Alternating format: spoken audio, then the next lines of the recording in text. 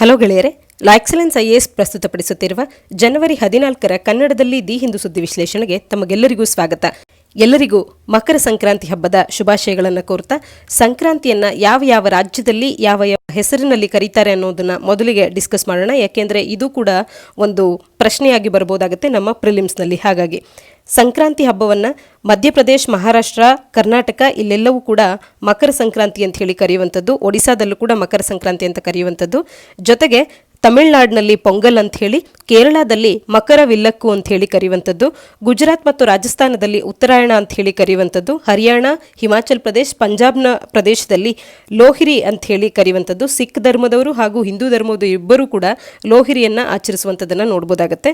ಜೊತೆಗೆ ಜಾರ್ಖಂಡ್, ಬಿಹಾರ್ನಂಥ ಪ್ರದೇಶದಲ್ಲಿ ಮಕರ ಸಾಕ್ರಾತ್ ಅಂತ ಹೇಳಿ ಕರೆಯುವಂಥದ್ದು. ಅಸ್ಸಾಂ ಮತ್ತು ನಾರ್ತ್ ಈಸ್ಟ್ನ ಪ್ರದೇಶದಲ್ಲಿ ಮಾಘ್ ಬಿಹು ಅಂತ ಹೇಳಿ ಕರೆಯುವಂಥದ್ದು.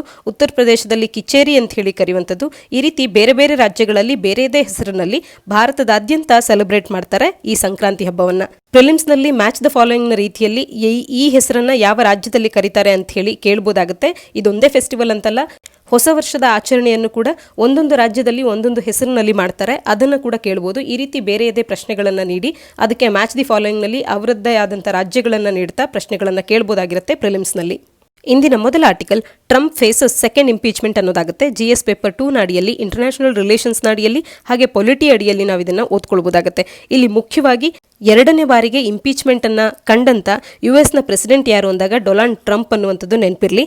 ಜಗತ್ತಿನ ಹಳೆಯ ಪ್ರಜಾಪ್ರಭುತ್ವ ಅಂತ ಹೇಳಿ ಗುರುತಿಸ್ಕೊಳ್ಳುವಂಥ, ಜೊತೆಗೆ ಒಂದು ಬಹುದೊಡ್ಡ ಡೆಮೋಕ್ರಸಿ ಕೂಡ ಆಗಿರುವಂಥ ಅಮೆರಿಕ ಅನ್ನುವಂಥದ್ದು ಬಹಳ ಹಳೆಯ ಡೆಮೋಕ್ರಸಿ ಆಗಿರೋದ್ರಿಂದ ಸಾಕಷ್ಟು ಪ್ರಜಾಪ್ರಭುತ್ವವನ್ನು ಪಾಲಿಸುವಂಥ ರಾಷ್ಟ್ರಗಳಿಗೆ ಸಾಕಷ್ಟು ಉದಾಹರಣೆಗಳನ್ನು ನೀಡುವಂಥ ಒಂದು ರಾಷ್ಟ್ರ ಆಗಿರುತ್ತೆ. ಆದರೆ ಅಂಥ ಅಮೆರಿಕನ್ ಡೆಮೋಕ್ರಸಿಯಲ್ಲೇ ಒಂದು ದೊಡ್ಡ ಅಸಾಲ್ಟನ್ನು ನಡೆಯುವಂತೆ ಮಾಡಿದಂಥದ್ದು ಈ ಪ್ರೆಸಿಡೆಂಟ್ ಡೊನಾಲ್ಡ್ ಟ್ರಂಪ್ ಅವರು ಅಂತ ಹೇಳಿ ಅವರ ವಿರುದ್ಧವಾಗಿ ಇಂಪೀಚ್ಮೆಂಟ್ ಅನ್ನುವಂಥದ್ದು ಎರಡನೇ ಬಾರಿಗೆ ನಡೀತಾ ಇದೆ. ಜನವರಿ 20ರಂದು ಈಗ ಪ್ರೆಸಿಡೆಂಟ್ ಆಗಿ ಎಲೆಕ್ಟ್ ಆಗಿರ್ತಕ್ಕಂಥ ಜೋ ಬಿಡನ್ ಅವರಿಗೆ ಪ್ರೆಸಿಡೆಂಟ್ಶಿಪ್ ಅನ್ನ, ಅವರ ಒಂದು ಆಫೀಸನ್ನು ಅವರಿಗೆ ಬಿಟ್ಕೊಡ್ಬೇಕಾಗತ್ತೆ. ಇನ್ನೇನು 6-7 ದಿನಗಳು ಬಾಕಿ ಇರುವಂಥ ಈ ಸಂದರ್ಭದಲ್ಲಿ ಎರಡನೇ ಬಾರಿಗೆ ಅವರನ್ನು ಇಂಪೀಚ್ ಮಾಡಿರ್ತಕ್ಕಂಥದ್ದು. ಅಮೆರಿಕದಲ್ಲಿ ನಾವು ಬೈಪಾರ್ಟಿ ಸಿಸ್ಟಮ್ ಅನ್ನ ಕಾಣ್ತೇವೆ. ಡೆಮೊಕ್ರಾಟ್ ಮತ್ತು ರಿಪಬ್ಲಿಕನ್ಸ್ ಅಂತ ಹೇಳಿ ಎರಡು ಪಕ್ಷವನ್ನ ನಾವು ಕಾಣಬಹುದಾಗುತ್ತೆ. ಈ ಡೆಮೊಕ್ರಾಟ್ ಪಕ್ಷದಿಂದ ಜೋ ಬಿಡನ್ ಆಯ್ಕೆ ಆಗಿರ್ತಕ್ಕಂಥದ್ದು. ರಿಪಬ್ಲಿಕನ್ಸ್ ಆಗಿದ್ದುಕೊಂಡು ಕೂಡ ಡೊನಾಲ್ಡ್ ಟ್ರಂಪಿನ ಸಪೋರ್ಟರ್ಸ್ ಆಗಬೇಕಾಗಿದ್ದಂಥವರು ಕೂಡ ಸಾಕಷ್ಟು ಮಂದಿ ಈಗ ರಿಪಬ್ಲಿಕನ್ಸ್ ಕೂಡ ಡೆಮೊಕ್ರಾಟ್ಸ್ಗಳ ಜೊತೆ ಸೇರ್ಕೊಂಡು ಡೊನಾಲ್ಡ್ ಟ್ರಂಪ್ ಅವರನ್ನ ಇಂಪೀಚ್ ಮಾಡೋದಕ್ಕೆ ಸಪೋರ್ಟ್ ಮಾಡ್ತಾ ಇರ್ತಕ್ಕಂಥದ್ದು. ಯಾಕೆಂದ್ರೆ ಈ ರೀತಿಯ ಒಂದು ಅಸಾಲ್ಟ್ ಅನ್ನ ಅಮೆರಿಕನ್ ಡೆಮೋಕ್ರಸಿಯ ಮೇಲೆ ಆಗೋದ್ರಲ್ಲಿ ಇಂಥ ಬಹುದೊಡ್ಡ ರೋಲ್ ಡೊನಾಲ್ಡ್ ಟ್ರಂಪ್ ಅವ್ರದ್ದು ಕೂಡ ಇದೆ ಅಂತ ಹೇಳಿ ಅವರು ಕೂಡ ಬಿಲೀವ್ ಮಾಡೋದ್ರಿಂದ. ಇನ್ನೇನು ಜನವರಿ 20ರಲ್ಲಿ ಈ ಪ್ರೆಸಿಡೆಂಟ್ ಆಗಿ ಈಗ ಎಲೆಕ್ಟ್ ಆಗಿರ್ತಕ್ಕಂಥ ಜೋ ಬಿಡನ್ ಅವರಿಗೆ ಪವರ್ ಟ್ರಾನ್ಸ್ಫರ್ ಅನ್ನುವಂಥದ್ದು ಆಗಬೇಕಾಗುತ್ತೆ. ಈ ಎಲ್ಲದರ ಹಿನ್ನೆಲೆಯಲ್ಲಿ ವಾಷಿಂಗ್ಟನ್ ಅನ್ನುವಂಥದ್ದು ಹೈ ಅಲರ್ಟ್ ನಲ್ಲಿ ಇರೋದನ್ನ ನಾವಿಲ್ಲಿ ನೋಡಬಹುದಾಗುತ್ತೆ. ಇದಕ್ಕೆ ಸಂಬಂಧಪಟ್ಟಂತೆ ಮತ್ತೊಂದು ಆರ್ಟಿಕಲ್ ಕೂಡ ಇರುವಂಥದ್ದು, Trump is a clear and present danger ಅಂತ ಹೇಳಿ ಪೆಲೋಸಿ ಅವರು ತಿಳಿಸ್ತಾ ಇರ್ತಕ್ಕಂಥದ್ದು. ಇಲ್ಲಿ ಕೂಡ ನಾವು ನೋಡಬಹುದಾಗುತ್ತೆ, ಸೆವೆರಲ್ ರಿಪಬ್ಲಿಕನ್ಸ್ ಅವರ ಒಂದು ಪಾರ್ಟಿಯನ್ನು ತೊರೆದು ಡೆಮೊಕ್ರಾಟ್ಸ್ಗಳಿಗೆ ಸಪೋರ್ಟ್ ಮಾಡ್ತಾ ಈ ಟ್ರಂಪ್ ಅವರ ಇಂಪೀಚ್ಮೆಂಟಿಗೆ ವೋಟಿಂಗ್ ಅನ್ನು ಮಾಡ್ತಾ ಇರ್ತಕ್ಕಂಥದ್ದನ್ನು ಈ ಆರ್ಟಿಕಲ್ ಕೂಡ ತಿಳಿಸ್ತಾ ಇರ್ತಕ್ಕಂಥದ್ದು. ಮುಂದಿನ article, ministry denies RTI query on formula consultation ಅನ್ನೋದಾಗುತ್ತೆ. ಇದನ್ನು GS ಪೇಪರ್ 2 ಅಡಿಯಲ್ಲಿ, ಪೊಲಿಟಿ ಅಡಿಯಲ್ಲಿ ಹಾಗೆ ಗವರ್ಮೆಂಟ್ ಪಾಲಿಸೀಸ್ ಅನ್ನುವಂಥ ಸಿಲೆಬಸ್ ಅಡಿಯಲ್ಲಿ ನಾವು ಇದನ್ನು ಓದ್ಕೊಳ್ಬೋದಾಗುತ್ತೆ. ಇದರ ಬಗ್ಗೆ ನಾವು ಮೊನ್ನೆ ಅಷ್ಟೇ ಡಿಸ್ಕಸ್ ಮಾಡಿದ್ವಿ. ಒಂದು RTI ಕ್ವೆರಿಯನ್ನು ಅಂಜಲಿ ಭಾರದ್ವಾಜ್ ಅನ್ನುವಂಥವರು RTI ಆಕ್ಟಿವಿಸ್ಟು ಡಿಸೆಂಬರ್ 11ರಂದು ಈ 3 ಫಾರ್ಮುಲಾಸ್ಗಳನ್ನು ತರೋದಕ್ಕೆ ಮುಂಚೆ ಯಾವ ರೀತಿಯಾದಂಥ ಕನ್ಸಲ್ಟೇಷನ್ಸ್ಗಳು ನಡೆದಿದೆ ಅನ್ನೋದ್ರ ಬಗ್ಗೆ ಒಂದು RTI ಕ್ವೆರಿಯನ್ನು ಡಿಸೆಂಬರ್ 11ರಂದು ಅವರು ರಿಕ್ವೆಸ್ಟ್ ಮಾಡಿದ್ರು. ಒಂದು ಕ್ವೆರಿ ಅನ್ನುವಂಥದ್ದು ಬಂದಿತ್ತು, ಅದನ್ನು ಫೈಲ್ ಮಾಡಿದ್ರು. ಆದರೆ ಅದಕ್ಕೆ 30 ದಿನಗಳ ಒಳಗಾಗಿ ಯಾವುದೇ ಒಂದು RTI ಅಪ್ಲಿಕೇಶನ್ಸ್ಗಳನ್ನು ನಾವು ಹಾಕಿದಾಗ ಅದಕ್ಕೆ 30 ದಿನಗಳ ಒಳಗಾಗಿ ರಿಪ್ಲೈ ಬರಬೇಕು ಅನ್ನುವಂಥ ಒಂದು ರೂಲ್ ಇರುವಂಥದ್ದು. ಈ ರೀತಿ 30 ದಿನಗಳ ಒಳಗೆ ರಿಪ್ಲೈ ಕೊಡಬೇಕು ಅನ್ನುವಂಥ ನಿಟ್ಟಿನಲ್ಲಿ 2 ಸೆಂಟ್ರಲ್ ಪಬ್ಲಿಕ್ ಇನ್ಫಾರ್ಮೇಷನ್ ಆಫೀಸರ್ಸ್ಗಳು CPIOಸ್ಗಳು ನೀಡಿರ್ತಕ್ಕಂಥ ಇನ್ಫಾರ್ಮೇಷನ್ ಏನು ಅಂದರೆ, ಅಗ್ರಿಕಲ್ಚರ್ ಮಿನಿಸ್ಟ್ರಿಗೆ ಸಂಬಂಧಪಟ್ಟಂತೆ ಅವ್ರು ನೀಡಿರ್ತಕ್ಕಂಥದ್ದು, ಈ ರೀತಿಯಾದಂಥ ಯಾವುದೇ ಕನ್ಸಲ್ಟೇಷನ್ಸ್ಗಳು ನಡೆದಿರುವಂಥ ರೆಕಾರ್ಡ್ಸ್ಗಳು ನಮ್ಮ ಬಳಿ ಇಲ್ಲ ಅನ್ನುವಂಥ ಒಂದು ಇನ್ಫಾರ್ಮೇಷನನ್ನು ಅಥವಾ ಉತ್ತರವನ್ನು ಈ RTI ಕ್ವೆರಿಗೆ ಪಡೆದಿರ್ತಕ್ಕಂಥದ್ದು ಆಕೆ. ಅದಾದ ನಂತರದಲ್ಲಿ ಯೂನಿಯನ್ ಅಗ್ರಿಕಲ್ಚರ್ ಮಿನಿಸ್ಟ್ರಿ ಕಡೆಯಿಂದ ಬಂದಿರತಕ್ಕಂಥ ರೆಸ್ಪಾನ್ಸಸ್ ಅಂತ ಅಂದರೆ ಇದು ಅಂದರೆ ಈ RTI ಈ ಪ್ರಶ್ನೆಯನ್ನು ಇದರ ಅಡಿಯಲ್ಲಿ ಕೇಳಿದ್ರು ಕೂಡ ಈ ಒಂದು ವಿಚಾರ ಸದ್ಯಕ್ಕೆ ಹೈಕೋರ್ಟ್ ಮತ್ತು ಸುಪ್ರೀಂ ಕೋರ್ಟ್ನ ಅಡಿಯಲ್ಲಿ ಸಬ್ಜುಡಿಸ್ನಲ್ಲಿ ಇರೋದರಿಂದಾಗಿ ಈ ವಿಚಾರಗಳು ಸಬ್ಜುಡಿಸ್ ಮ್ಯಾಟರ್ ಆಗಿರೋಂಥ ಕಾರಣದಿಂದಾಗಿ RTI ಆ್ಯಕ್ಟ್ನ ಅಡಿಯಲ್ಲಿ ಸೆಕ್ಷನ್ 8/1B ಇದರೊಳಗೆ ಇರುವಂಥದ್ದು ಸೆಕ್ಷನ್ 8 1B ಅಡಿಯಲ್ಲಿ ಯಾವುದೇ ಒಂದು ವಿಚಾರ ಸುಪ್ರೀಂ ಕೋರ್ಟ್ ಅಥವಾ ಹೈಕೋರ್ಟ್ನ ಅಡಿಯಲ್ಲಿ ಸಬ್ಜುಡೀಸ್ ಆಗಿದ್ದಂಥ ಸಂದರ್ಭದಲ್ಲಿ ಅದಕ್ಕೆ RTIನ ಅಡಿಯಲ್ಲಿ ಮಾಹಿತಿಯನ್ನು ನೀಡೋದಕ್ಕಾಗೋದಿಲ್ಲ ಅನ್ನುವಂಥದ್ದನ್ನು ಈಗ ಮೊದಲ ರಿಪ್ಲೈನಲ್ಲಿ ಅದರ ಬಗ್ಗೆ ಯಾವುದೇ ಮಾಹಿತಿ ಇಲ್ಲ ಅಂಥೇಳಿ ನೀಡಿದ ನಂತರದಲ್ಲಿ, ಯಾವುದೇ ರೆಕಾರ್ಡ್ ಇಲ್ಲ ಅಂಥೇಳಿ ಮೊದಲ ರಿಪ್ಲೈನ ನೀಡಿ ನಂತರದಲ್ಲಿ ಈಗ ಸೆಕ್ಷನ್ 8(1)B ಅಡಿಯಲ್ಲಿ ಮಾಹಿತಿಯನ್ನು ಡಿಸ್ಪೋಸ್ ಮಾಡೋದಕ್ಕಾಗೋದಿಲ್ಲ, ಯಾಕೆಂದರೆ ಇಟ್ ಈಸ್ ಅಂಡರ್ ಸಬ್ಜುಡೀಸ್ ಅನ್ನುವಂಥ ರಿಪ್ಲೈನ ನೀಡಿರ್ತಕ್ಕಂಥದ್ದು. ಈ ಆರ್ಟಿಕಲ್ನ ಅಡಿಯಲ್ಲಿ ನಾವು ತಿಳ್ಕೊಳ್ಬೇಕಾಗಿರುವಂಥದ್ದು, RTIಯನ್ನು ಅಪ್ಲೈ ಮಾಡಿದಾಗ ಎಷ್ಟು ದಿನಗಳ ಒಳಗೆ ರಿಪ್ಲೈ ಬರಬೇಕಾಗತ್ತೆ ಅಂದಾಗ 30 ದಿನ ಅನ್ನುವಂಥದ್ದು ನಮಗೆ ನೆನಪಿರಲಿ. ಜೊತೆಗೆ ಯಾವುದೇ ಒಂದು RTI ಅಪ್ಲಿಕೇಶನನ್ನು ಹಾಕೋದಕ್ಕೆ 10 ರೂಪಾಯಿಯನ್ನು ನಾವು ಸ್ಪೆಂಡ್ ಮಾಡಿ ಒಂದು ಅಪ್ಲಿಕೇಶನನ್ನು ಹಾಕಬೇಕಾಗತ್ತೆ. ಮತ್ತು ಇಲ್ಲಿ ಮುಖ್ಯವಾಗಿ ಸೆಕ್ಷನ್ 8(1)B ಒಳಗೆ ನಮಗೆ ಗೊತ್ತಾಗುವಂಥದ್ದು ಏನು ಅಂದರೆ, ಸಬ್ಜುಡೀಸ್ನ ಅಡಿಯಲ್ಲಿರ್ತಕ್ಕಂಥ ಎನಿ ಮ್ಯಾಟರ್ಗೆ ಸದ್ಯದ ಮೊಮೆಂಟಿಗೆ RTI ರಿಪ್ಲೈ ಮಾಡೋದು ಅವಶ್ಯಕತೆ ಇರುವಂಥದ್ದಿಲ್ಲ ಅನ್ನುವಂಥದ್ದನ್ನು ಈ ಆರ್ಟಿಕಲ್ ನಮಗೆ ತಿಳಿಸ್ತಾ ಇರ್ತಕ್ಕಂಥದ್ದು. ಮುಂದಿನ article polio immunisation drive postponed ಅನ್ನೋದಾಗುತ್ತೆ. GS ಪೇಪರ್ 2ನ ಅಡಿಯಲ್ಲಿ ಹೆಲ್ತ್ನ ಅಡಿಯಲ್ಲಿ ಇದನ್ನು ನಾವು ಓದ್ಕೊಳ್ಬೋದಾಗುತ್ತೆ. ಹೆಲ್ತ್ ಮಿನಿಸ್ಟ್ರಿ ಸದ್ಯಕ್ಕೆ ಒಂದು ನೋಟನ್ನು ತಿಳಿಸಿದೆ ಎಲ್ಲ ರಾಜ್ಯಗಳಿಗೂ ಕೂಡ. ಜನವರಿ 17ರಿಂದ ಪ್ರಾರಂಭ ಆಗಬೇಕಾಗಿದ್ದಂಥ ಪೋಲಿಯೋ ಇಮ್ಯುನೈಸೇಷನ್ ಡ್ರೈವನ್ನು ಪೋಸ್ಟ್ಪೋನ್ ಮಾಡೋದಕ್ಕೆ ತಿಳಿಸಿರ್ತಕ್ಕಂಥದ್ದು, until the further order comes ಅಂತ ಹೇಳಿರ್ತಕ್ಕಂಥದ್ದು. 1995ರ ಮಾರ್ಚ್ 16ರಂದು ಮೊದಲ ಬಾರಿಗೆ first dose of oral polio vaccine ಅನ್ನುವಂಥದ್ದನ್ನು ಭಾರತದಲ್ಲಿ ನೀಡಲಾಯಿತು. ಆ ದಿನವನ್ನು ಪ್ರತಿ ವರ್ಷವೂ ಕೂಡ ನ್ಯಾಷನಲ್ ವ್ಯಾಕ್ಸಿನೇಷನ್ ಡೇ ಅಥವಾ ನ್ಯಾಷನಲ್ ಇಮ್ಯುನೈಸೇಷನ್ ಡೇ ಅಂತ ಕೂಡ ನಾವು ಸೆಲೆಬ್ರೇಟ್ ಮಾಡುವಂಥದ್ದು ಭಾರತದಲ್ಲಿ. ಇದರ ಮುಖಾಂತರವಾಗಿ ಈ ಒಂದು ಡ್ರೈವ್ನ ಅಡಿಯಲ್ಲಿ 2 ಡ್ರಾಪ್ಸ್ ಆಫ್ ಓರಲ್ ಪೋಲಿಯೋ ವ್ಯಾಕ್ಸಿನನ್ನು ಚಿಲ್ಡ್ರನ್ಸ್ಗೆ 5 ವರ್ಷದ ಒಳಗಿರ್ತಕ್ಕಂಥ ಮಕ್ಕಳಿಗೆ ನೀಡುವಂಥದ್ದು. ಈ ಮೂಲಕವಾಗಿ ಭಾರತದಲ್ಲಿ ಪೋಲಿಯೋ ಲಸಿಕೆಯನ್ನು ನೀಡಿ ಪೋಲಿಯೋ ಮುಕ್ತ ಭಾರತವನ್ನು ಮಾಡಬೇಕು ಅನ್ನುವಂಥ ಉದ್ದೇಶ ಇತ್ತು. ಭಾರತದಲ್ಲಿ ಕಡೆಯ ಕೇಸ್ ರಿಪೋರ್ಟ್ ಆಗಿರ್ತಕ್ಕಂಥದ್ದು ಜನವರಿ 2011ರಲ್ಲಿ. 2014ರಲ್ಲಿ ಇಂಡಿಯಾವನ್ನು ಪೋಲಿಯೋ ಫ್ರೀ ಅಂತ ಕೂಡ ಡಿಕ್ಲೇರ್ ಮಾಡಲಾಯಿತು. ಓವರ್ ದಿ ಇಯರ್ಸ್ ಇಮ್ಯುನೈಸೇಷನ್ ಅನ್ನುವಂಥದ್ದು ಇಂಪ್ರೂವ್ ಆಗಿದೆ. ಹಾಗಾಗಿ ಮೋಸ್ಟ್ ವೈಟಲ್ ಟೂಲ್ ಆಗಿ ಈ ಒಂದು ಡಿಸೀಸನ್ನು, ಲೈಫ್ ಥ್ರೆಟನಿಂಗ್ ಇನ್ಫೆಕ್ಷಿಯಸ್ ಡಿಸೀಸಸ್ಗಳನ್ನು ಎಲಿಮಿನೇಟ್ ಮಾಡೋದ್ರಲ್ಲಿ ಇಮ್ಯುನೈಸೇಷನ್ ಅನ್ನುವಂಥದ್ದು ಕೆಲಸ ಮಾಡ್ತಾ ಇರತಕ್ಕಂಥದ್ದು. ಏಪ್ರಿಲ್ 24ರಿಂದ ಏಪ್ರಿಲ್ 30ರವರೆಗೆ ಮಂತ್ ಆಫ್ ಏಪ್ರಿಲ್ನಲ್ಲಿ ವರ್ಲ್ಡ್ ಇಮ್ಯುನೈಸೇಷನ್ ವೀಕ್ ಅನ್ನು ಸೆಲೆಬ್ರೇಟ್ ಮಾಡುತ್ತಾರೆ. ಆದರೆ ಭಾರತದಲ್ಲಿ ಮಾರ್ಚ್ 16ರಂದು ಈ ಡೇ ಅನ್ನು ಸೆಲೆಬ್ರೇಟ್ ಮಾಡಲಾಗುತ್ತೆ. ಇದರ ಒಂದು ಐಡಿಯಾ ಇಷ್ಟೇ, ಭಾರತದಿಂದ ಈ ಪೋಲಿಯೋವನ್ನು ಎರಾಡಿಕೇಟ್ ಮಾಡಬೇಕು ಮತ್ತು ಇದರ ಬಗ್ಗೆ ಅವೇರ್ನೆಸ್ ಅನ್ನು ಮೂಡಿಸಬೇಕು ಅನ್ನುವಂಥದ್ದು ಈ ಒಂದು ದಿನದ ಉದ್ದೇಶ ಆಗಿರುತ್ತೆ. ಪೋಲಿಯೋ ಅನ್ನುವಂಥದ್ದು ಒಂದು ಹೈಲಿ ಇನ್ಫೆಕ್ಷಿಯಸ್ ವೈರಲ್ ಡಿಸೀಸ್ ಆಗಿರುತ್ತೆ. ಪೋಲಿಯೋ ಅಂದ ತಕ್ಷಣ ನಮಗೆ ವೈರಲ್ ಡಿಸೀಸ್ ಅನ್ನುವಂಥದ್ದು ನೆನಪಾಗಬೇಕು. ಈ ವೈರಸ್ ಅನ್ನುವಂಥದ್ದು ಪರ್ಸನ್ ಟು ಪರ್ಸನ್ ಕೂಡ ಟ್ರಾನ್ಸ್ಮಿಟ್ ಆಗ್ಬೋದಾಗಿರುತ್ತೆ. ಮೇನ್ಲಿ ಫೀಕಲ್ ಓರಲ್ ರೂಟ್ನಿಂದ ಕೂಡ ಇದು ಟ್ರಾನ್ಸ್ಮಿಟ್ ಆಗುತ್ತೆ. ಲೆಸ್ ಫ್ರೀಕ್ವೆಂಟ್ಲಿ ಕಾಮನ್ ವೆಹಿಕಲ್ಸ್ಗಳಾದಂಥ ಕಂಟ್ಯಾಮಿನೇಟೆಡ್ ವಾಟರ್ ಆಗಿರ್ಬೋದು, ಫುಡ್ ಆಗಿರ್ಬೋದು, ಇವುಗಳಿಂದ ಕೂಡ ಇದು ಟ್ರಾನ್ಸ್ಮಿಟ್ ಆಗುವುದು. ಈ ವೈರಸ್ ಇಂಟೆಸ್ಟೈನಲ್ಲಿ ಮಲ್ಟಿಪಲ್ ಆಗಿ ಅಂದರೆ ವೈರಸ್ಗಳ ಸಂಖ್ಯೆ ಹೆಚ್ಚಾಗಿ ನಂತರದಲ್ಲಿ ಇದು ನರ್ವಸ್ ಸಿಸ್ಟಮ್ಗೆ ಅಫೆಕ್ಟ್ ಮಾಡುತ್ತೆ. ನಂತರದಲ್ಲಿ ಇದು ಪ್ಯಾರಾಲಿಸಿಸ್ ಅನ್ನು ಕಾಸ್ ಮಾಡುತ್ತೆ. ಹಾಗಾಗಿ ಪೋಲಿಯೋ ಅನ್ನುವಂಥದ್ದು ಒಂದು ರೀತಿಯಲ್ಲಿ ಹೈಲಿ ಇನ್ಫೆಕ್ಷಿಯಸ್ ವೈರಲ್ ಡಿಸೀಸ್ ಆಗಿರ್ತಕ್ಕಂಥದ್ದು ಮತ್ತು ಇದರಿಂದ ಸಾಕಷ್ಟು ತೀವ್ರವಾದಂಥ ಪರಿಣಾಮ ಅನ್ನುವಂಥದ್ದು ಇದರಿಂದ ಅಫೆಕ್ಟ್ ಆದವರಿಗೆ ಉಂಟಾಗುತ್ತೆ. ಈ ಎಲ್ಲ ಕಾರಣದಿಂದ ಭಾರತವನ್ನು ಪೋಲಿಯೋ ಮುಕ್ತ ರಾಷ್ಟ್ರವನ್ನಾಗಿ ಮಾಡಬೇಕು ಅಂತ ಹೇಳಿ 1995ರಿಂದಲೂ ಕೂಡ ಭಾರತದಲ್ಲಿ ಪೋಲಿಯೋ ಲಸಿಕೆಯನ್ನು ಹಾಕುವಂಥ ಕಾರ್ಯವನ್ನು ಮಾಡ್ಕೊಂಡು ಬಂದಿದ್ದು 2011ರಲ್ಲಿ ಕಡೆಯ ಒಂದು ರಿಪೋರ್ಟೆಡ್ ಕೇಸನ್ನು ಭಾರತದಲ್ಲಿ ನಾವು ಕಾಣಬಹುದಾಗುತ್ತೆ. ಸದ್ಯಕ್ಕೆ ಭಾರತವನ್ನು ಪೋಲಿಯೋ ಮುಕ್ತ ರಾಷ್ಟ್ರ ಅಂತ ಕೂಡ ಕರೆಯುವಂಥದ್ದು. ಮುಂದಿನ article adultery law must stay for military government ಅನ್ನೋದಾಗುತ್ತೆ. ಇದನ್ನು GS ಪೇಪರ್ 2ನ ಅಡಿಯಲ್ಲಿ ಪೊಲಿಟಿ ಅಡಿಯಲ್ಲಿ ಹಾಗೂ ಇಂಡಿಯನ್ ಕಾನ್ಸ್ಟಿಟ್ಯೂಷನ್ ಅಡಿಯಲ್ಲಿ ನಾವು ಓದ್ಕೊಳ್ಬೋದಾಗುತ್ತೆ. ಸೆಪ್ಟೆಂಬರ್ 18ರಲ್ಲಿ 5 ಮಂದಿ ಜಡ್ಜಸ್ಗಳ ಒಂದು ಕಾನ್ಸ್ಟಿಟ್ಯೂಷನಲ್ ಬೆಂಚು ಒಂದು ಮಹತ್ತರವಾದಂಥ ತೀರ್ಪನ್ನು ಹೊರತರುತ್ತೆ. ಅಡಲ್ಟ್ರಿಯನ್ನು ಡಿಕ್ರಿಮಿನಲೈಸ್ ಮಾಡುತ್ತೆ. ಇದಕ್ಕೆ ಮುಂಚೆ ಇಂಡಿಯನ್ ಪೀನಲ್ ಕೋಡ್ನ ಅಡಿಯಲ್ಲಿ ಸೆಕ್ಷನ್ 497ನ ಅಡಿಯಲ್ಲಿ ಅಡಲ್ಟ್ರಿಯನ್ನು ಒಂದು ಕ್ರೈಮ್ ಅಂತ ಹೇಳಿ ನಿರ್ಧಾರ ಮಾಡಲಾಗಿತ್ತು. ಆದರೆ ಅಡಲ್ಟರಿಯನ್ನು 2018ರ ಸೆಪ್ಟೆಂಬರ್ನ ಈ ಒಂದು ತೀರ್ಪಿನಲ್ಲಿ ಡಿಕ್ರಿಮಿನಲೈಸ್ ಮಾಡಲಾಗುತ್ತೆ. ಈ ಸೆಕ್ಷನ್ 497 ಆಫ್ IPCಯಲ್ಲಿ ಏನಿದೆ ಅಂತ ಹೇಳಿ ನಾವು ನೋಡೋದಾದರೆ, ಯಾವುದೇ ಒಬ್ಬ ವಿವಾಹಿತ ಮಹಿಳೆಯು ತನ್ನ ಗಂಡನಲ್ಲದೆ ಮತ್ತೊಬ್ಬನೊಟ್ಟಿಗೆ ಒಂದು ಲೈಂಗಿಕವಾದಂಥ ಸಂಪರ್ಕವನ್ನು ಹೊಂದಿದ್ದೇ ಆದಲ್ಲಿ ಅದು ತನ್ನ ಗಂಡನ ಪರ್ಮಿಷನ್ನ ಪಡೆದೆ, ಗಂಡನ ಕನ್ಸೆಂಟ್ ಇಲ್ಲದಂಥ ಸಂದರ್ಭದಲ್ಲಿ ಈ ರೀತಿ ಆದಾಗ ಅದನ್ನು ಅಡಲ್ಟ್ರಿ ಅಂತ ಹೇಳಿ ಕನ್ಸಿಡರ್ ಮಾಡಲಾಗುತ್ತೆ.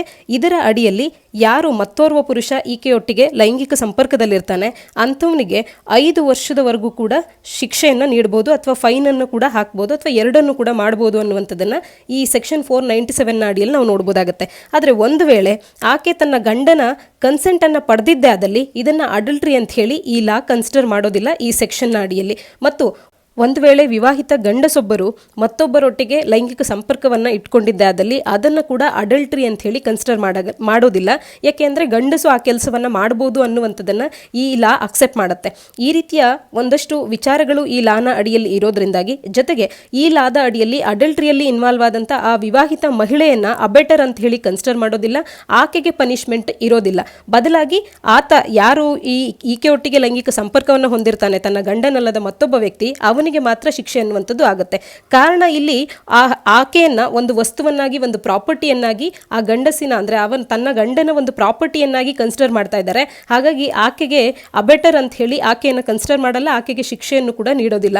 ಇದು ಏನು ಮಾಡುತ್ತೆ ಅಂತ ಅಂದರೆ ರೈಟ್ ಟು ಈಕ್ವಾಲಿಟಿಯನ್ನು ಕಂಡೆಮ್ ಮಾಡುವಂಥ ಒಂದು ಸೆಕ್ಷನ್ ಆಗಿರುತ್ತೆ. ಜೊತೆಗೆ ಆರ್ಟಿಕಲ್ 15ನ ಅಡಿಯಲ್ಲಿ ನಾವೇನು ಡಿಸ್ಕ್ರಿಮಿನೇಷನ್ ಅನ್ನು ಸೆಕ್ಸ್ನ ಗ್ರೌಂಡ್ಸ್ ಮೇಲೆ ಮಾಡಬಾರ್ದು ಅನ್ನುವಂಥದ್ದನ್ನು ನೋಡ್ತೇವೆ. ಇಲ್ಲಿ ಆಕೆಗೆ ಯಾವುದೇ ಪನಿಷ್ಮೆಂಟ್ ಇಲ್ಲ, ಆದರೆ ಆತನಿಗೆ ಪನಿಷ್ಮೆಂಟ್ ಅಂದಾಗ ಇಲ್ಲಿ ಡಿಸ್ಕ್ರಿಮಿನೇಷನ್ ಅನ್ನು ಕೂಡ ನಾವು ಕಾಣ್ತೇವೆ. ಈ ರೀತಿಯ ಫಂಡಮೆಂಟಲ್ ರೈಟ್ಸ್ಗಳನ್ನೇ ಅಬೆಟ್ ಮಾಡುವಂಥದ್ದನ್ನು ನಾವು ಆ ಸೆಕ್ಷನ್ ಅಡಿಯಲ್ಲಿ ನೋಡ್ಬೋದು. ಹಾಗಾಗಿ ಈ ಸೆಕ್ಷನ್ನಲ್ಲಿ ನಾವು ಈ ಸೆಕ್ಷನ್ ಅನ್ನುವಂಥದ್ದು ಆರ್ಬಿಟ್ರರಿನೆಸ್ ಅನ್ನು ಮ್ಯಾನಿಫೆಸ್ಟ್ ಮಾಡುವಂಥದ್ದನ್ನು ಕೂಡ ಕಾಣ್ತೇವೆ. ಈ ಎಲ್ಲ ಕಾರಣದಿಂದ ಸೆಕ್ಷನ್ 497 ಅನ್ನು ತೆಗೆದುಹಾಕುವಂಥದ್ದು ಮತ್ತು ಅಡಲ್ಟ್ರಿಯನ್ನು ಡಿಕ್ರಿಮಿನಲೈಸ್ ಮಾಡುವಂಥ ಕಾರ್ಯವನ್ನು ಮಾಡಿದ್ರು.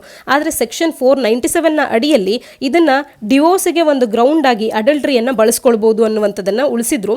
ಬದಲಾಗಿ ಇದನ್ನು ಕ್ರಿಮಿನಲ್ ಅಫೆನ್ಸ್ ಅನ್ನುವಂಥದ್ದನ್ನು ತೆಗೆದುಹಾಕುವಂಥದ್ದು ಈ ಕಾರ್ಯವನ್ನು ಸೆಪ್ಟೆಂಬರ್ 2018ರ ಒಂದು ಮಹತ್ತರವಾದಂಥ ಸುಪ್ರೀಂ ಕೋರ್ಟಿನ 5 ಮೆಂಬರ್ಸ್ ಕಾನ್ಸ್ಟಿಟ್ಯೂಷನಲ್ ಬೆಂಚ್ ಅನ್ನುವಂಥದ್ದು ಒಂದು ತೀರ್ಪನ್ನು ಹೊರತಂದಿತ್ತು.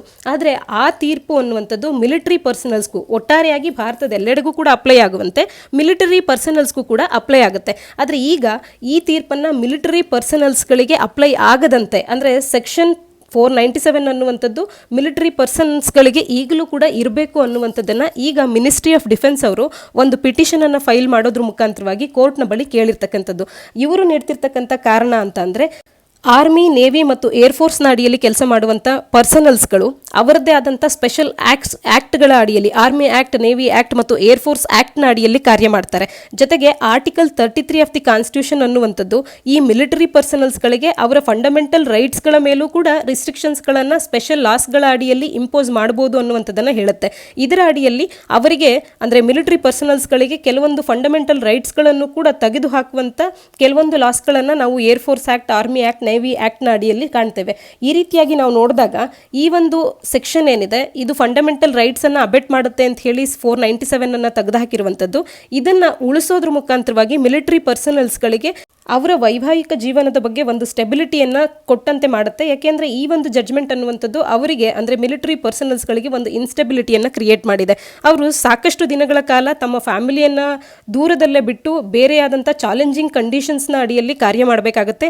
ಅಂಥ ಸಂದರ್ಭದಲ್ಲಿ ಅವರ ಫ್ಯಾಮಿಲಿ ಅನ್ನುವಂಥದ್ದು ಅನ್ಟುವರ್ಡ್ ಆಕ್ಟಿವಿಟಿಯೊಳಗೆ ಇನ್ವಾಲ್ವ್ ಆಗುವಂಥ, ಇಂಡಲ್ಜ್ ಆಗುವಂಥ ಸನ್ನಿವೇಶಗಳು ಹೆಚ್ಚಾಗಿರುತ್ತೆ.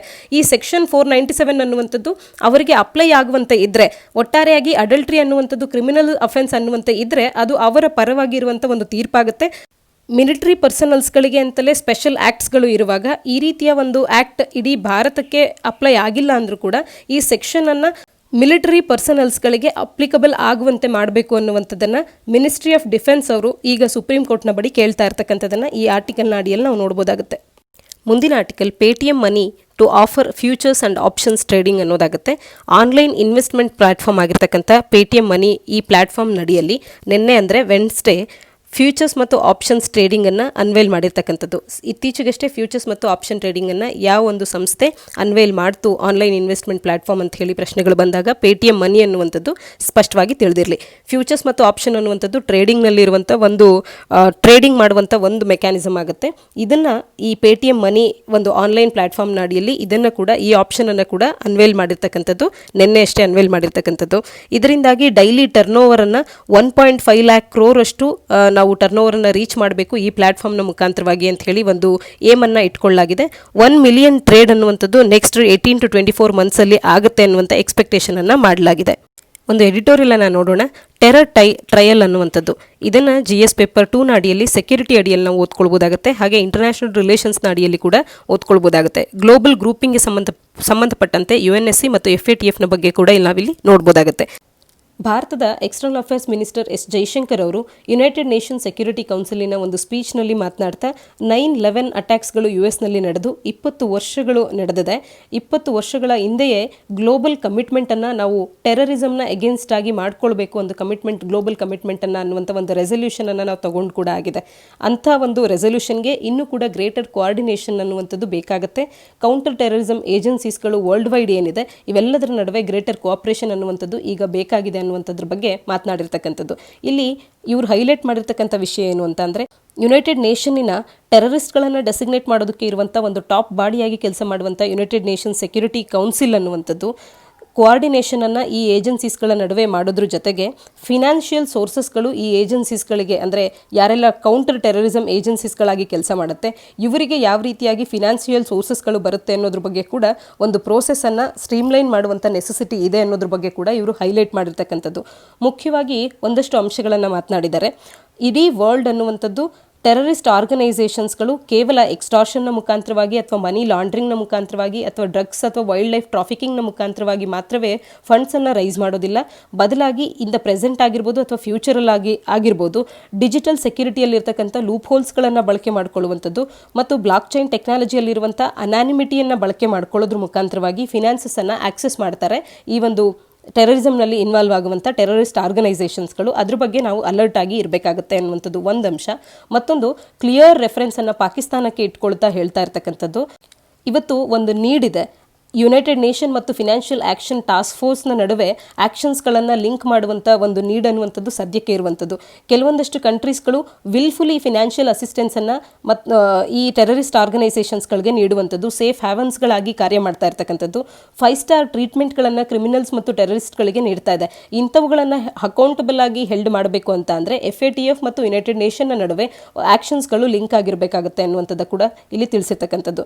ಇಲ್ಲಿ FATF ಕಮಿಟಿ ಮತ್ತು the Asia Pacific joint group ಈ ಎರಡೂ ಕೂಡ ಮೀಟಿಂಗನ್ನು ಈ ವೀಕ್ನಲ್ಲಿ ಮಾಡ್ತಾ ಇರ್ತಕ್ಕಂಥದ್ದು. ಯಾವ ವಿಚಾರಕ್ಕಾಗಿ ಅಂತ ಅಂದರೆ, ಪಾಕಿಸ್ತಾನವನ್ನು ಗ್ರೇ ಲಿಸ್ಟಿಂಗ್ ಸ್ಟೇಟಸ್ ಏನು ಈಗ ಪಡ್ಕೊಂಡಿದೆ ಪಾಕಿಸ್ತಾನ, ಅದರಲ್ಲೇ ಕಂಟಿನ್ಯೂ ಮಾಡಬೇಕಾ ಅಥವಾ ಅದನ್ನು ಬ್ಲ್ಯಾಕ್ ಲಿಸ್ಟಿಗೆ ಡೌನ್ಗ್ರೇಡ್ ಮಾಡಬೇಕಾ ಅಥವಾ ಗ್ರೇ ಲಿಸ್ಟ್ನಿಂದ ಕೂಡ ಅದನ್ನು ಆಚೆ ಕಳಿಸ್ಬೋದಾ ಅನ್ನುವಂಥ ವಿಚಾರವನ್ನು ಡಿಸ್ಕಸ್ ಮಾಡಲಿಕ್ಕೆ, ಅದರ ವಿಚಾರದಲ್ಲಿ ಫೈನಲೈಸ್ ಮಾಡೋದಕ್ಕೆ ರೆಕಮೆಂಡೇಷನ್ಸ್ಗಳನ್ನು ಈಗ APJG ಅಂದರೆ ಏಷ್ಯಾ ಪೆಸಿಫಿಕ್ ಜಾಯಿಂಟ್ ಗ್ರೂಪ್ ಮತ್ತು FATF ಕಮಿಟಿ ಅನ್ನುವಂಥದ್ದು ತನ್ನ ಒಂದು ಮೀಟಿಂಗ್ನಲ್ಲಿ ಎರಡೂ ಕೂಡ ಡಿಸೈಡ್ ಮಾಡಲಿದೆ ಈ ಮುಂದಿನ ವಾರದಲ್ಲಿ. ಈ ಒಂದು ಡಿಸಿಷನನ್ನು ತಗೊಳ್ಳೋಕ್ಕಿದ್ದಾರೆ ಅನ್ನುವಂಥ ಉದ್ದೇಶದಿಂದಲೇ ಪಾಕಿಸ್ತಾನ ಸಾಕಷ್ಟು ಬದಲಾವಣೆಗಳನ್ನು, ಸಾಕಷ್ಟು ನಿರ್ಧಾರಗಳನ್ನು ಆ್ಯಂಟಿ ಟೆರರಿಸ್ಟ್ ಆಕ್ಟಿವಿಟೀಸ್ಗಳಲ್ಲಿ ತಗೊಂಡಿರ್ತಕ್ಕಂಥದ್ದು ಸದ್ಯದ ದಿನಗಳಲ್ಲಿ. ಮತ್ತೊಂದು ಅಂಶವನ್ನು ಕೂಡ ಇಲ್ಲಿ ಪಾಯಿಂಟ್ ಔಟ್ ಮಾಡಿದ್ದಾರೆ. ಫೈನಲಿ ಕೆಲವೊಂದು ರಾಷ್ಟ್ರಗಳಿಗೆ ಸೀಮಿತವಾಗುವಂತೆ, ಕೆಲವೊಂದು ರಾಷ್ಟ್ರಗಳು ಯಾವೆಲ್ಲ ಇಂಡಿವಿಜುವಲ್ಸ್ಗಳು ಈ ಟೆರರಿಸಮ್ನಲ್ಲಿ ಇನ್ವಾಲ್ವ್ ಆಗಿದ್ದಾರೆ ಅನ್ನುವಂಥದ್ದು ಗೊತ್ತಿದ್ದು ಕೂಡ ಇವರನ್ನ ಟೆರರಿಸ್ಟ್ ಅಂತ ಹೇಳಿ ಡೆಸಿಗ್ನೇಟ್ ಮಾಡುವಂಥ ಇಶ್ಯೂ ಆಗಿರ್ಬೋದು, ಅವರುಗಳನ್ನು ಬ್ಲಾಕ್ ಮಾಡುವಂಥದ್ದು, ಅನ್ಬ್ಲಾಕ್ ಮಾಡುವಂಥದ್ದು, ಈ ಎಲ್ಲ ವಿಚಾರಗಳಲ್ಲಿ UNSCಯಲ್ಲಿ ಅವರದ್ದೇ ಆದಂಥ ಬೇರೆಯದೇ ನಿಲುವುಗಳನ್ನು ತಗೊಳ್ತಾ ಇದ್ದಾರೆ. ಇವುಗಳ ವಿಚಾರದಲ್ಲಿ ಟೆಕ್ನಿಕಲಿ ಎವ್ಯಾಲ್ಯೂಯೇಟ್ ಮಾಡದೆ, ಎವಿಡೆನ್ಸ್ಗಳ ಆಧಾರಿತವಾಗಿ ನಿರ್ಧಾರವನ್ನು ತಗೊಳ್ಳದೆ, ಬದಲಾಗಿ ಆ ರಾಷ್ಟ್ರಗಳಿಗೆ ಈ ಟೆರರಿಸ್ಟ್ಗೆ ಸಪೋರ್ಟ್ ಮಾಡ್ತಿರ್ತಕ್ಕಂಥ ರಾಷ್ಟ್ರಗಳೊಟ್ಟಿಗೆ ಈ ರಾಷ್ಟ್ರಗಳಿಗಿರುವಂಥ ಪೊಲಿಟಿಕಲ್ ಮತ್ತು ರಿಲಿಜಿಯಸ್ ಅಫಿನಿಟೀಸ್ಗಳ ಬಗ್ಗೆ ನಿರ್ಧಾರವನ್ನು ತಗೊಳ್ತಾ ಅದರ ಮೇಲೆ ಗಮನವನ್ನು ಹರಿಸ್ತಾ ಸರಿಯಾದ ನಿರ್ಧಾರಗಳನ್ನು ಅವ್ರು ತಗೊಳ್ತಾ ಇಲ್ಲ ಅಂತ ಹೇಳಿ ಚೈನಾಕ್ಕೆ ಕೂಡ ಸಂಬಂಧಪಟ್ಟಂತೆ ಈ ಮಾತನ್ನು ಹೇಳಿರ್ತಕ್ಕಂಥದ್ದು. ಅಂದರೆ ಚೈನಾ ತನ್ನ ಒಂದು ಪೊಲಿಟಿಕಲ್ ಅಫಿನಿಟೀಸ್ಗಳಿಗಾಗಿ ಅದರದ್ದೇ ಆದಂಥ ಅಡ್ವಾಂಟೇಜಸ್ಗೋಸ್ಕರ ಈ ಟೆರರಿಸಮ್ನ ವಿರುದ್ಧವಾಗಿ ಪಾಕಿಸ್ತಾನದಂಥ ರಾಷ್ಟ್ರಗಳು ಕಾರ್ಯ ಮಾಡಿದ್ರೂ ಕೂಡ ಅದನ್ನು ಸಪೋರ್ಟ್ ಮಾಡುವಂಥದ್ದನ್ನು ಇಲ್ಲಿ ಎತ್ತಿ ಹಿಡಿತಾ ಇರ್ತಕ್ಕಂಥದ್ದು. ಜೊತೆಗೆ ಒಂದು ಬ್ರಾಡ್ ಮೆಸೇಜನ್ನು ಚೈನಾಕ್ಕೆ ಕೂಡ ನೀಡಿರ್ತಕ್ಕಂಥದ್ದು. ಇಂಡಿಯಾ ಸಾಕಷ್ಟು ಬಾರಿ ಇಂಡಿವಿಜುವಲ್ಸ್ಗಳನ್ನು UNSCಯಲ್ಲಿ ಟೆರರಿಸ್ಟ್ ಅಂತ ಹೇಳಿ ಡೆಸಿಗ್ನೇಟ್ ಮಾಡುವಂಥ ಎಫರ್ಟ್ಸ್ಗಳನ್ನು ಹಾಕಿದ್ರೂ ಕೂಡ ಅಂಥ ಎಫರ್ಟ್ಸ್ಗಳನ್ನು ಬ್ಲಾಕ್ ಮಾಡುವಂಥ ಕಾರ್ಯವನ್ನು ಚೈನಾ ಮಾಡ್ತಾ ಇರ್ತಕ್ಕಂಥದ್ದು ತನ್ನದೇ ಆದಂಥ ಪೊಲಿಟಿಕಲ್ ಗೇನ್ಸ್ಗೋಸ್ಕರ. ಜೊತೆಗೆ ಟರ್ಕಿ ಮತ್ತು ಮಲೇಷ್ಯಾದಂಥ ರಾಷ್ಟ್ರಗಳು ರಿಲಿಜಿಯಸ್ ಅಫಿನಿಟೀಸ್ಗಳನ್ನು ಮನಸ್ಸಿನಲ್ಲಿಟ್ಕೊಂಡು ಪಾಕಿಸ್ತಾನವನ್ನು ಹೆಲ್ಪ್ ಮಾಡ್ತಾ ಇರ್ತಕ್ಕಂಥದ್ದು. ಪಾಕಿಸ್ತಾನದ ವಿರುದ್ಧವಾಗಿ FATF ಸ್ಟ್ರಿಂಜೆಂಟ್ ಮೆಜರ್ಸ್ಗಳನ್ನು ತಗೊಳ್ಳದೇ ಇರುವಂತೆ ಅವಾಯ್ಡ್ ಮಾಡೋದ್ರಲ್ಲಿ ಈ ರಾಷ್ಟ್ರಗಳು ಹೆಲ್ಪ್ ಮಾಡ್ತಾ ಇರ್ತಕ್ಕಂಥದ್ದು. ಈ ಎಲ್ಲ ರಾಷ್ಟ್ರಗಳಿಗೆ ಗುರಿಯಾಗಿಟ್ಟುಕೊಂಡು ಪೊಲಿಟಿಕಲ್ ಮತ್ತು ರಿಲಿಜಿಯಸ್ ಅಫಿನಿಟೀಸ್ಗಳನ್ನು ಗಮನದಲ್ಲಿಟ್ಟುಕೊಂಡು ಈ ರೀತಿ ಕಾರ್ಯ ಮಾಡ್ತಿರ್ತಕ್ಕಂಥ ರಾಷ್ಟ್ರಗಳ ವಿರುದ್ಧವಾಗಿ ಕೂಡ ದನಿಯನ್ನು ಎತ್ತಿರ್ತಕ್ಕಂಥದ್ದು ನಮ್ಮ external affairs minister S Jaishankar ಅವರು. ಮುಖ್ಯವಾಗಿ ಪಾಕಿಸ್ತಾನವು FATFನ ಪ್ಲೀನರಿ ನೆಕ್ಸ್ಟ್ ಮಂತ್ ಇರೋದ್ರಿಂದಾಗಿ ಈ ಪ್ಲೀನರಿ ಸೆಷನ್ನಲ್ಲಿ ಪಾಕಿಸ್ತಾನವನ್ನು ಗ್ರೇ ಲಿಸ್ಟ್ನಿಂದ ಡೌನ್ಗ್ರೇಡ್ ಮಾಡಿ ಬ್ಲ್ಯಾಕ್ ಲಿಸ್ಟ್ ಆಗೋದನ್ನು ತಪ್ಪಿಸ್ಕೊಳ್ತಾ ಜೊತೆಗೆ ಗ್ರೇ ಲಿಸ್ಟ್ ಅನ್ನುವಂಥ ಸ್ಟೇಟಸ್ನಿಂದಲೂ ಕೂಡ ಹೊರಬರೋದಕ್ಕೆ ಪ್ರಯತ್ನ ಮಾಡುವಂಥ ಕಾರ್ಯಗಳನ್ನು ಮಾಡ್ತಾ ಇದೆ. FATF 27 ಪಾಯಿಂಟ್ ಆಕ್ಷನ್ ಪ್ಲಾನ್ ಅನ್ನು ಏನು ಪಾಕಿಸ್ತಾನಕ್ಕೆ ನೀಡಿತ್ತು, ಇದರಲ್ಲಿ ಕೆಲವೊಂದಷ್ಟು ಪಾಯಿಂಟ್ಸ್ಗಳನ್ನು ಪಾಕಿಸ್ತಾನ ಇನ್ನೂ ಕೂಡ ಕಳೆದ ಮೀಟಿಂಗ್ನ ಸಂದರ್ಭದಲ್ಲಿ FATFನ ಪ್ಲೀನರಿ ಸೆಷನ್ನಲ್ಲಿ ನಿರ್ಧಾರವನ್ನು ತಗೊಳ್ಳುವಂಥ ಸಂದರ್ಭದಲ್ಲಿ ಕೆಲವೊಂದಷ್ಟು ಪಾಯಿಂಟ್ಸ್ಗಳನ್ನು ರೀಚ್ ಔಟ್ ಮಾಡೋಕ್ಕಾಗಿರಲಿಲ್ಲ. ಆ ಒಂದು ಕಾರಣಕ್ಕಾಗಿ ಅದಕ್ಕೆ ಮತ್ತೊಂದು ಗಡುವನ್ನು ಕೂಡ ಪಾಕಿಸ್ತಾನಕ್ಕೆ ನೀಡಲಾಗಿತ್ತು. ಈ ಎಲ್ಲ ಕಾರಣದಿಂದ ಪಾಕಿಸ್ತಾನ ಇತ್ತೀಚೆಗೆ ಈ ಒಂದು ಗ್ರೇ ಲಿಸ್ಟ್ನಿಂದ ಆಚೆ ಬರಬೇಕು ಅನ್ನುವಂಥ ಉದ್ದೇಶದಿಂದ FATFನ ಒಂದು ಗಡುವಿನ ಒಳಗೆ ಈ ಕಾರ್ಯಗಳು ನಡೀಬೇಕು ಅಂತ ಹೇಳಿ ರೀಸೆಂಟ್ ಆಗಿ ಸಾಕಷ್ಟು ಆಕ್ಷನ್ಸ್ಗಳನ್ನು ತಗೊಂಡಿರ್ತಕ್ಕಂಥದ್ದು. ಸಡನ್ ಅರೆಸ್ಟ್ಗಳನ್ನು ಮಾಡಿರ್ತಕ್ಕಂಥದ್ದು, ಕ್ವಿಕ್ ಕನ್ವಿಕ್ಷನ್ ಅನ್ನು ಮಾಡಿದ್ದಾರೆ. ಅಲ್ಲಿ ಮೋಸ್ಟ್ ವಾಂಟೆಡ್ ಫಿಗರ್ಸ್ಗಳಾಗಿದ್ದಂಥ ಜಾಕಿ ಉರ್ ರೆಹಮಾನ್ ಲಖ್ವಿ ಅವರನ್ನ, ಹಫೀಜ್ ಸಯೀದ್ ಅವರನ್ನ ಮತ್ತು ವಾರೆಂಟ್ ಅನ್ನ ಜೈಷೆ ಮೊಹಮ್ಮದ್ ಚೀಫ್ ಮಸೂದ್ ಅಜರ್ ಅವರಿಗೆ ನೀಡಿರ್ತಕ್ಕಂಥದ್ದು ಟೆರರ್ ಫಿನಾನ್ಸಿಂಗ್ನ ಕೇಸ್ನಲ್ಲಿ. ಇವೆಲ್ಲವೂ ಕೂಡ ಏನು ತೋರಿಸುತ್ತೆ ಅಂತಂದರೆ ಇಸ್ಲಾಮಾಬಾದ್ ಅನ್ನುವಂಥದ್ದು ಈ ಡಿಸಿಷನ್ಸ್ಗಳು, ಇಸ್ಲಾಮಾಬಾದ್ ತಗೊಳ್ಳುವಂಥ ಡಿಸಿಷನ್ಸ್ಗಳ ಇಂಪಾರ್ಟೆನ್ಸ್ ಅನ್ನುವಂಥದ್ದು, ಅದರ ಒಂದು ಎಕನಾಮಿಕ್ ಫ್ಯೂಚರನ್ನು ನೋಡಿಕೊಂಡಾಗ ಇವು ಸಾಕಷ್ಟು ಪ್ರಾಮುಖ್ಯತೆಯನ್ನು ಪಡ್ಕೊಳ್ಳುವಂಥ ಡಿಸಿಷನ್ಸ್ಗಳಾಗುತ್ತೆ ಅನ್ನೋದ್ರ ಬಗ್ಗೆ ಅವಕ್ಕೆ ಅವೇರ್ನೆಸ್ ಇರುವಂಥದ್ದು.